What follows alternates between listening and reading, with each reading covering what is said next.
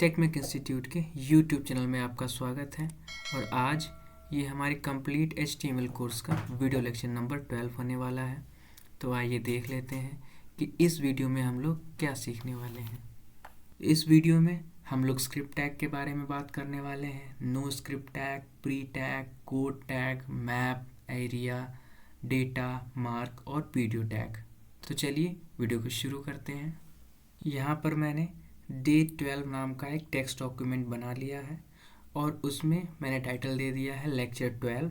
और बॉडी के अंदर हम जो भी टाइप करने वाले हैं वो वेब पेज पर दिखाई देने वाला है। तो मैं सबसे पहले इसको HTML डॉक्यूमेंट में सेव करता हूँ। तो मैं जाऊँगा यहाँ पर फाइल पे, फिर मैंने किया सेव एज, फिर यहाँ पर डाल दूँगा मैं day12.html। कंट्रोल से सेव किया। सेव करने के बाद में मैं जाऊंगा यहाँ पर फाइल्स में और डे 12 वाली फाइल को ओपन कर लूँगा और बॉडी के अंदर मैंने जो भी डाला था वो यहाँ पर आ चुका है। अब हम लोग स्क्रिप्ट टैग का यूज़ देखेंगे। तो स्क्रिप्ट टैग का यूज़ तब हम लोग करते हैं जब मुझे जावास्क्रिप्ट यूज़ करनी होती है अपने HTML डॉक्यूमेंट के साथ में। एग्जाम्पल के लिए नीरज कठेरिया कैसे हो, मैंने इसको कर दिया है क्लोज। और डिव को क्लोज करने के बाद जस्ट बॉडी के क्लोज होने से पहले हम लोग स्क्रिप्ट टैग डालते हैं और उसके अंदर हम लोग जावास्क्रिप्ट कोड को राइट कर सकते हैं। मैंने यहाँ पर स्क्रिप्ट टैग डाल दिया है और स्क्रिप्ट टैग को मैंने कर दिया है क्लोज। और स्क्रिप्ट टैग के अंदर अब हम लोग डालने वाले हैं जावास्क्रिप्ट। मैं बोलूँगा कि document dot gate element by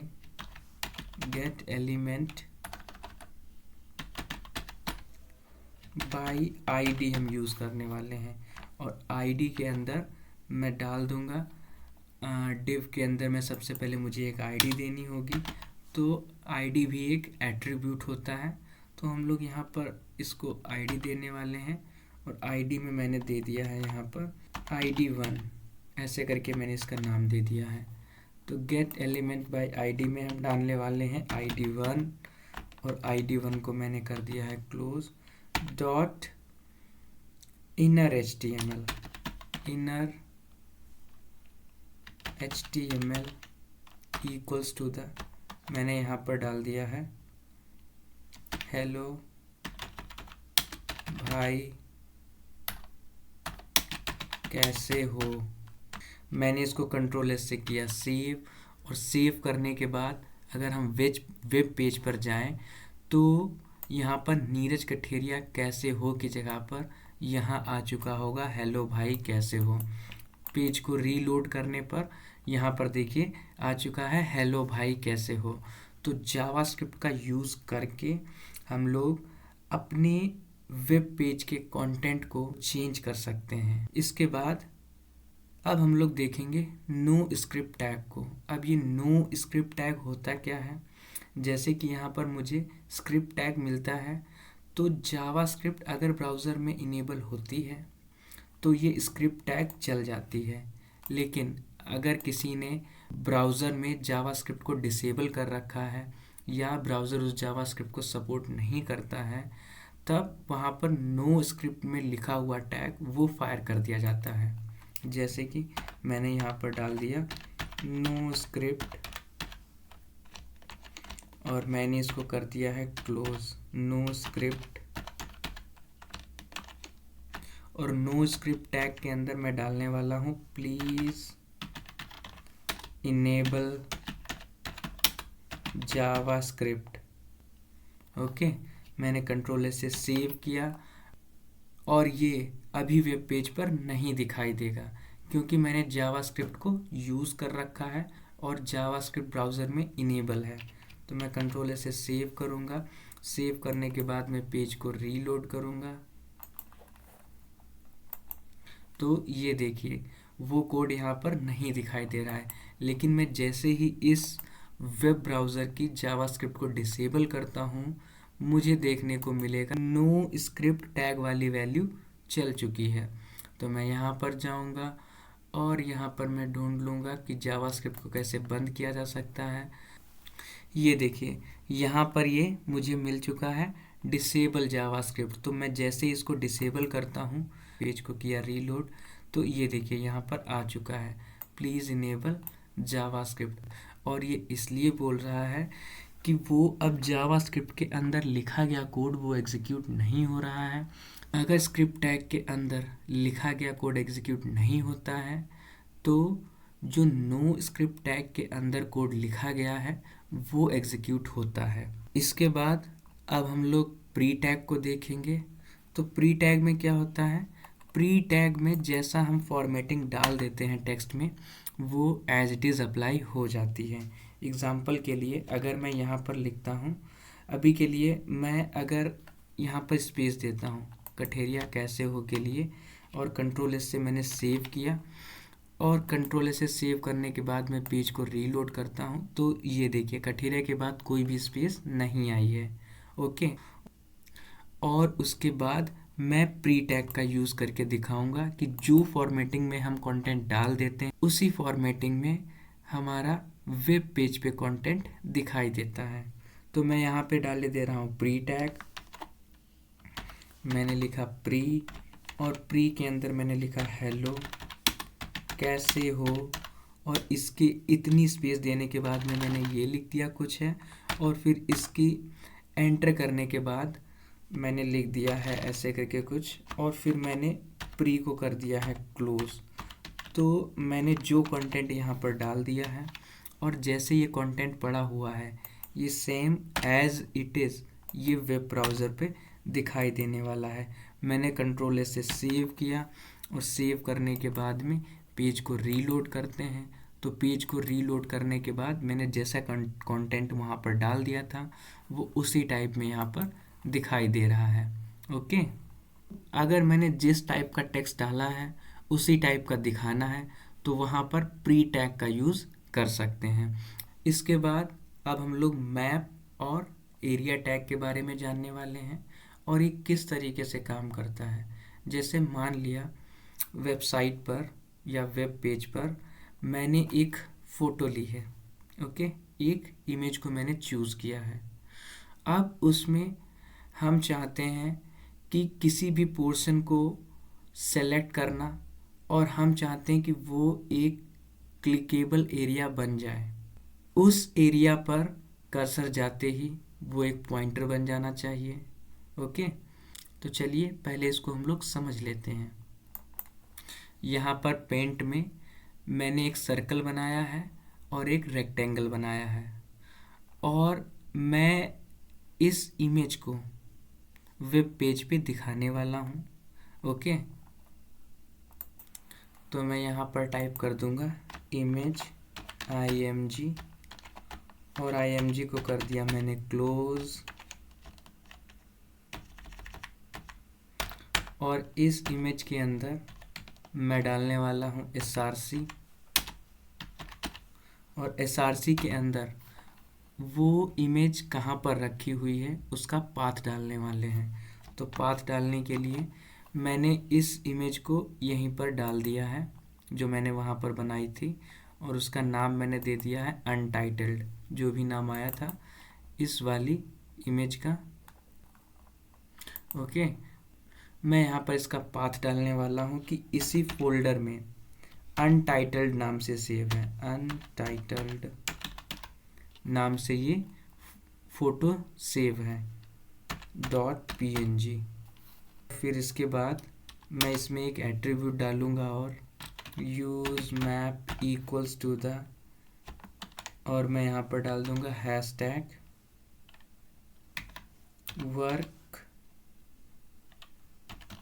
working area. और इसके बाद अब हम लोग मैप टैग का यूज़ करने वाले हैं। मैं यहाँ पर टाइप करूँगा मैप, और मैप को कर दिया मैंने क्लोज, और इतना करने के बाद में अब मैप के अंदर सबसे पहले मैं मैप को डिसाइड कर दूँगा। मैप में मैं बता दूँगा कि मैप यूज़ करना है name equals to the working area, working area वाले को यूज़ करना है। अब एरिया, किस एरिया को मुझे क्लिकेबल बनाना है उस एरिया को मुझे डिफाइन करना होगा। तो मैं यहाँ पर एरिया टैग का यूज़ करूँगा, एरिया, और एरिया टैग का यूज़ करने के बाद में उसकी शेप क्या है, तो मैं पहले शेप को डिफाइन करूँगा। तो उसमें मैं बता देता हूँ कि shape equals to the circle है, और सर्कल होने के बाद में मैं उसमें बता दूंगा उसके कोऑर्डिनेट्स। तो कोऑर्ड्स, और फिर मैं उसको अगर क्लिकेबल लिंक्स बनाना चाहता हूँ तो href इक्वल्स टू द, मैं उस फाइल का नाम डाल दूंगा जिस भी फाइल को ओपन करना चाहता हूँ। ओके, तो मैं इसको भी इसको छोड़े दे रहा हूँ और ऑल्ट में डाले दे रहा हूँ कि अल्टरनेटिव क्या टेक्स्ट दिखाना चाहिए। तो मैं डाल दूंगा यहाँ पर एरर लोडिंग, और कंट्रोल एस से मैंने किया सेव, और सेव करने के बाद पेज को रीलोड करते हैं। रीलोड करने के बाद ये पेज यहाँ से यहाँ तक आ चुका है। अभी के लिए मैं यहाँ पर अगर कर्सर ले जा रहा हूँ इस सर्कल पर, तो ये अभी कोई भी पॉइंटर की तरह ये ट्रीट नहीं किया जा रहा है। इस एरिया को क्लिकेबल बनाने के लिए अब हम लोग यूज़ करने वाले हैं, इसके शेप को डिफाइन करने वाले हैं कि इस शेप पर जैसे ही कर्सर जाए ये कर्सर पॉइंटर बन जाना चाहिए। ओके, तो मैं यहाँ पर जाऊँगा और कोऑर्डिनेट्स इसके बता दूँगा। तो कोऑर्डिनेट्स में सबसे पहले ये पूछेगा अगर ये सर्कल है, ओके, तो सर्कल में पूछेगा इसका सेंटर कहाँ पर है, तो सेंटर बताएंगे, और सेंटर बताने के बाद में इसकी मुझे रेडियस बतानी पड़ेगी। ओके, तो ये मैं कैसे करने वाला हूँ, तो मैं यहाँ पर जाऊँगा पेंट में, और पेंट में मैंने ये खुला रखा था यहाँ पर। तो यहाँ पर अगर हम देखेंगे लेफ़्ट डाउन कॉर्नर में यहाँ पर ये जैसे जैसे हम कर्सर ले जा रहे हैं तो उसकी मुझे एक्स एक्सिस और वाई एक्सिस बता रहा है। तो मैं यहाँ पर मान लेता हूँ कि ये सेंटर इसका होने वाला है। तो ये सेंटर पर दिखा रहा है 273, 281। ओके, तो मैं वही चीज़ यहाँ पर डाल दूँगा कि इसका सेंटर की कोऑर्डिनेट्स हैं इक्वल्स टू द, सेंटर की कोऑर्डिनेट्स कितनी है 281, 273। ओके, इतना कर देने के बाद अब हम इसकी रेडियस निकालने वाले हैं। ओके, तो मैंने इसकी रेडियस निकाली है, यहाँ से यहाँ तक ये दिखा रहे हैं कि 160 है। तो मैं अगर इसको 160 लिखता हूँ और यहाँ से यहाँ तक की डिस्टेंस कितनी हो जाएगी, ये हो जाएगी 393। तो -393 करने पर मुझे ये इसका डायामीटर पता चल जाएगा, और डायामीटर को अगर मैं आधा कर दूंगा तो मुझे रेडियस पता चल जाएगी। तो 393 में से मैंने 160 को अगर माइनस कर दिया तो 233 यहाँ पर आ रहा है जो कि डायामीटर है, और डायामीटर को अगर हम आधा कर देंगे तो करीब 116 यानी 116 के करीब में इसकी रेडियस आ रही है। तो मैं यहाँ पर डाल दूंगा इसकी रेडियस, मैंने यहाँ पर डाल दी है 116 करके इसकी रेडियस डाल दूंगा। कंट्रोल एस से मैंने सेव किया और पेज को रीलोड किया। अब जैसे यहाँ पर जाते हैं तो ये देखिए अब ये कर्सर आ चुका है। इस तरीके से ये जो सर्कल है वो एक क्लिकेबल सर्कल बन चुका है, और इसके href एट्रीब्यूट में जो भी हम फाइल डालना चाहते हैं वो डाल सकते हैं। तो एज ए क्लिकेबल एरिया की तरह ट्रीट किया जाएगा। ओके, जिस तरीके से हमने सर्कल के लिए किया वैसे ही हम लोग इस रेक्टेंगल के लिए कर सकते हैं। तो चलिए देख लेते हैं इसको भी। रेक्टेंगल को पहले हम देख लेंगे कि ये एक्स एक्सिस से कितना दूर है। तो मैंने देखा यहाँ पर ये मुझे बता रहा है कि 520, और 520 एक्स एक्सिस से दूर है, और मैं यहाँ पर देख लूँगा कि ये वाई एक्सिस से कितनी दूर है, ये 198 है। तो 520 और 198 मैं यहाँ पर डाल दूंगा 520, 198। ये एक्स एक्सिस से इसकी दूरी है और दूसरी वाली ये वाई एक्सिस से दूरी है। ओके, और मैं इस सर्कल को ना करके मैं यहाँ पर रेक्टेंगल के लिए RECT टाइप कर दूंगा कि शेप हमारा रेक्टेंगल होने वाला है। ओके, अब यहाँ पर हम बताने वाले हैं कि ये कितनी दूर तक गया है। यहाँ पर जाऊँगा और मैं इसका ये कहाँ तक शेप गया है उसकी हम लोग एक्स एक्सिस लेने वाले हैं। तो मैं देखूँगा यहाँ पर ये 829 तक गया है और इसकी वाई एक्सिस में देखेंगे तो ये 396, 829, 396 तक गया था। कंट्रोल एस से मैंने सेव किया और सेव करने के बाद पेज को रीलोड करते हैं। ओके, तो मैंने पेज को रीलोड कर दिया। अभी के लिए ये देखिए माउस यहाँ पर कर्सर बन चुका है और ये क्लिकेबल एरिया की तरह ट्रीट किया जा रहा है। ओके, तो इस तरीके की अगर कुछ यूटिलिटी चाहिए हमें वेब पेज में तो हम लोग मैप एंड एरिया टैग का यूज़ कर सकते हैं। इसके बाद अब हम लोग डेटा टैग को सीखने वाले हैं। और डेटा टैग कहाँ पे यूज़ किया जाता है? जब भी आप कोई लिस्ट बनाते हैं और उसको आप सर्वर पर भेजते हैं तब सर्वर उसको यूनिकली आइडेंटिफाई कैसे करेगा, वहाँ पर हम लोग डेटा टैग का यूज़ करते हैं। तो चलिए देख लेते हैं।